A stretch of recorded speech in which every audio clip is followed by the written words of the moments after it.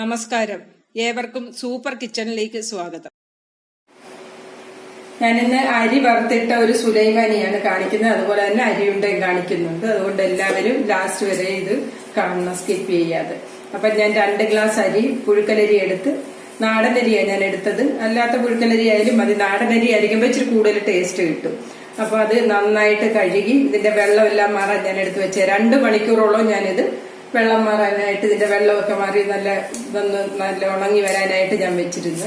ഇനി നമുക്കിതിനി വറുത്തെടുക്കാം.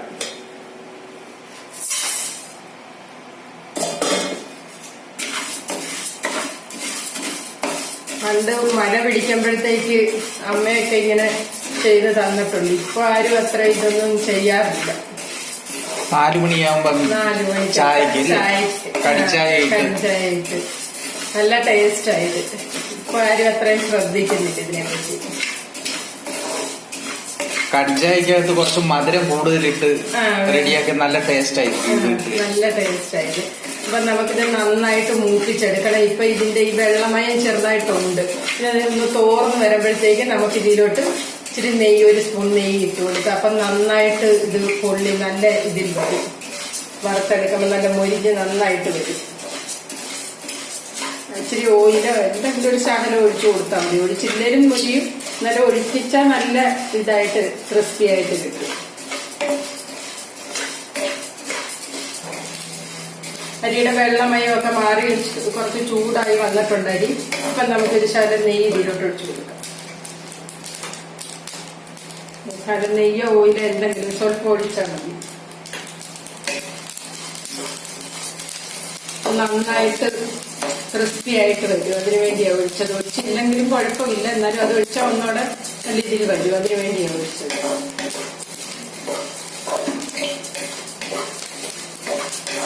ഇത് നന്നായിട്ട് മൂപ്പിച്ചെടുക്കണം നമ്മളിത്.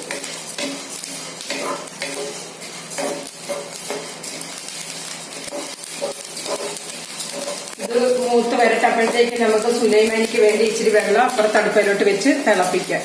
നമ്മൾ കരിഞ്ചായ ഇടത്തില്ല, അതിന് വേണ്ടി വെള്ളം തിളക്കട്ടെ. ഇത് തിളക്കട്ടെ.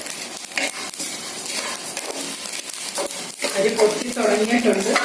നന്നായിട്ട് നമുക്ക് മൂപ്പിച്ചെടുക്കണം.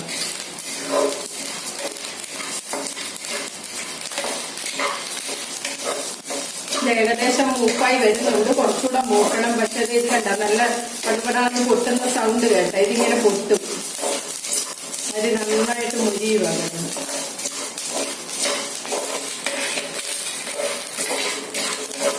ഇത് രണ്ട മുരിഞ്ഞു വന്നിട്ടുണ്ട്. ഇതിന്റെ ഞാൻ പൊട്ടെല്ലാം കുറച്ച് കുറഞ്ഞിട്ടുണ്ട്.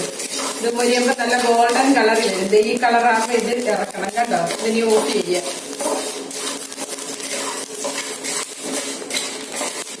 നമുക്ക് വേറെ ഒരു പാത്രത്തിലോട്ട് ഇടാം. എന്താന്ന് വെച്ച് കഴിഞ്ഞാൽ ഇതിലിരുന്ന കരിഞ്ഞു പോകും. അതുകൊണ്ട് നമുക്ക് മാറ്റിയിടാം. കണ്ട ഈ കളറാകണം മൊരിഞ്ഞ്.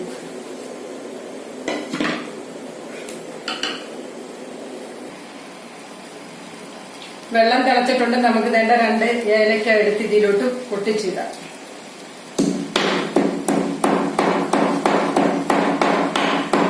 നന്നായിട്ട് അങ്ങ് പൊടിക്കണ്ട, ഒന്ന് പൊട്ടിച്ചങ്ങ് എടുത്താൽ മതി.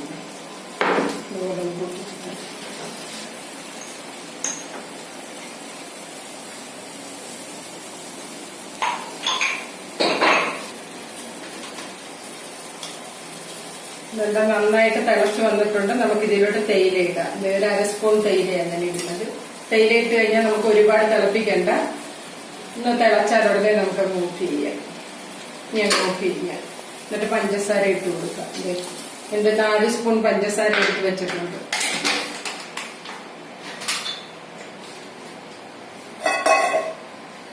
പഞ്ചസാര ഇട്ട് തിളപ്പിക്കണ്ട. നമുക്കിത് എടുത്താൽ ഒരുപാട് തിളപ്പിച്ച് കഴിഞ്ഞാൽ ഒരു ടേസ്റ്റ് വ്യത്യാസം വരും. അതുകൊണ്ട് തിളപ്പിക്കണ്ട. തേയില ഇട്ടാൽ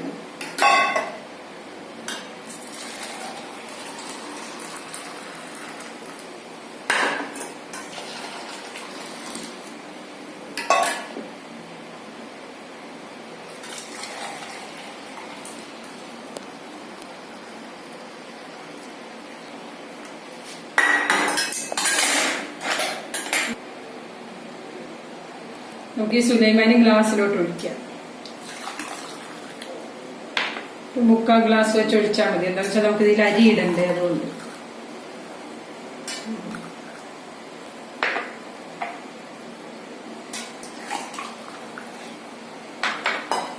ഇതിലോട്ട് നമുക്കിനി ഈ വറുത്ത് വെച്ചേക്കുന്ന അരി എടുത്തിട്ട് കൊടുക്കാം.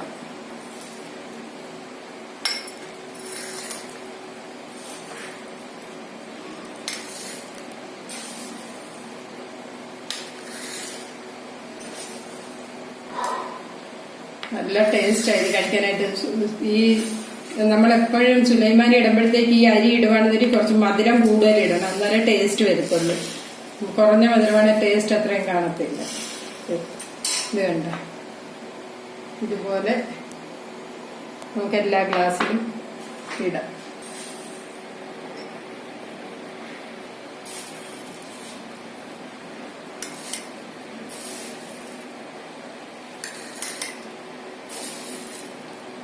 നമ്മൾ 3 ഗ്ലാസ്സിലേക്ക് എടുത്തിട്ടുണ്ട്.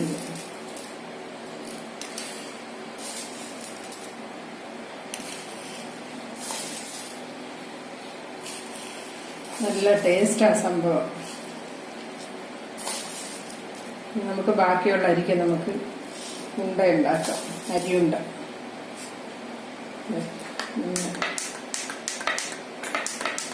കലക്കി കൊടുത്താൽ മതി. കണ്ടോ, ഇങ്ങനെ കലക്കിയിട്ട് ഇതിന്റെ മധുരം നോക്കണം. നല്ല നല്ല മധുരം ഉണ്ടോ എന്ന് നോക്കണം. ഇല്ലെന്നൊരു പഞ്ചസാര ശകലവും കൂടി ഇട്ട് കൊടുക്കണം.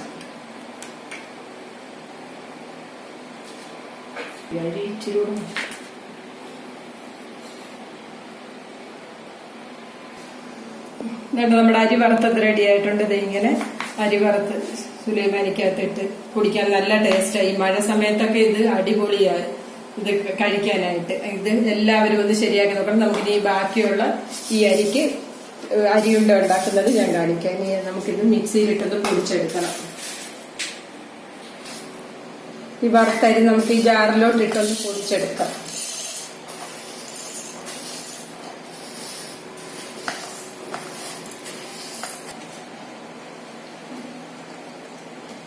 നമുക്ക് പൊടിച്ചെടുക്കാം. അരി ഞാൻ തന്നെ പൊടിച്ചെടുത്തിട്ടുണ്ട്. ഇതേണ്ടേ, കണ്ടോ, അരി നന്നായിട്ട് പൊടിഞ്ഞിട്ടുണ്ട്.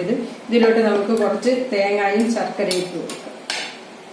ഇതിപ്പോ ഞാൻ ഇതിന്റെ അളവ് പറയുന്നില്ല, ഞാൻ അതിനിട്ടതിന്റെ ബാക്കി അരി എടുത്തതല്ലേ. നമ്മൾ 1/2 കിലോ അരി പുഴുക്കലരി എടുക്കുവാണെന്നൊരു 150 ഗ്രാം ശർക്കരയും 1 മുറി തേങ്ങയും വേണം. പിന്നെ മധുരത്തിന്റെ അനുസരിച്ച് കൂടുതലും കുറവും ഒക്കെ മധുരം വേണമല്ലോ. ഓരോരുത്തർക്കും പല രീതിയിലല്ലേ. അപ്പൊ അതിനനുസരിച്ച് മധുരം കൂട്ടിയോ കുറച്ചോ എടുക്കാം. ഞാനിതിലിപ്പം കുറച്ച് തേങ്ങയും ശർക്കരയും ഇട്ടിട്ടുണ്ട്. നമുക്ക് അതുകൊണ്ടൊന്ന് പൊടിച്ചെടുക്കണം. ഏലക്കാപ്പൊടി ഇടുക. ഒരു ടേസ്റ്റിന് വേണ്ടി ശകലം ഏലക്കാപ്പൊടി ഇടുക. നമുക്കിതൊന്നോടൊന്ന് അടിച്ചെടുക്കാം. ഇത് അടിച്ചെടുത്തിട്ടുണ്ട്. നമുക്കിതിന് കുഴഞ്ഞതിലോട്ട് പാത്രത്തിലോട്ട് ഇടാം. ഇതുണ്ടോ,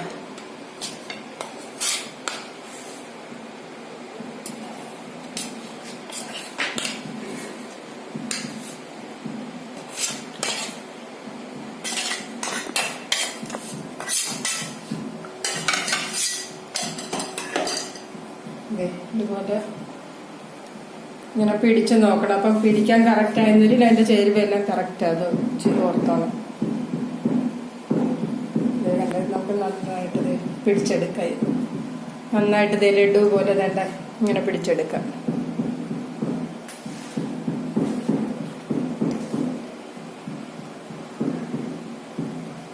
കണ്ടോ, നല്ല ടേസ്റ്റായി ഇത് കഴിക്കാനായിട്ട്. ഇത് 1-1.5 ആഴ്ചയോളം ഒരു കുഴപ്പവും ഇല്ലാതിരുന്നോളും. പിന്നെ ഇത് കൂടുതൽ ദിവസം 1 മാസമൊക്കെ ഇരിക്കണമെന്ന് വരികയും നമ്മൾ ആ തേങ്ങ ചെറുതായിട്ടൊന്ന് മൂപ്പിച്ചെടുത്തു കഴിഞ്ഞാൽ 1 മാസം അതിൽ കൂടുതലും ഒക്കെ ഇരിക്കും. അതുപോലെ തന്നെ ശർക്കര പാവ് കാച്ചി പാവാകുമ്പോൾ തേങ്ങ വിട്ട് അങ്ങനെ വേണേലും ഇതെടുക്കാം. ഇത് പെട്ടെന്ന് നമുക്ക് തയ്യാറാക്കി എടുക്കാൻ ചെയ്ത്. ഇത് 1-1.5 ആഴ്ചയോളം ഒരു കുഴപ്പവും ഇല്ലാതിരുന്നോളും. ഇതെല്ലാം ഇതുപോലെ പിടിച്ചെടുക്കാം. നമ്മൾ അരിയുണ്ട എല്ലാം ശരിയാക്കി എടുത്തിട്ടുണ്ട്. ഇതുപോലെ അരിയുണ്ട എല്ലാം പിടിച്ചെടുക്കാം. അതുപോലെ തന്നെ നമ്മുടെ സുലൈമാനിക്കകത്ത് അരിയിട്ട് സുലൈമാനി ശരിയായിട്ടുണ്ട്. ഇത് രണ്ടും നല്ല ടേസ്റ്റാ കഴിക്കാനായിട്ട്. എല്ലാവരും ഇതൊന്ന് ട്രൈ ചെയ്ത് നോക്കണം. അതുപോലെ തന്നെ ഇഷ്ടമായെങ്കിൽ ലൈക്ക് ചെയ്യാനും ഷെയർ ചെയ്യാനും മറക്കരുത്. അതുപോലെ തന്നെ കമന്റും ചെയ്യുക. പിന്നെ സബ്സ്ക്രൈബ് ചെയ്തിട്ടില്ലാത്തവരൊന്ന് സബ്സ്ക്രൈബ് ചെയ്യുകയും കൂടെ ചെയ്യണം. ഇതുപോലുള്ള നല്ല വിഭവമായിട്ട് നമുക്ക് അടുത്ത വീഡിയോയിൽ കാണാം. ബൈ.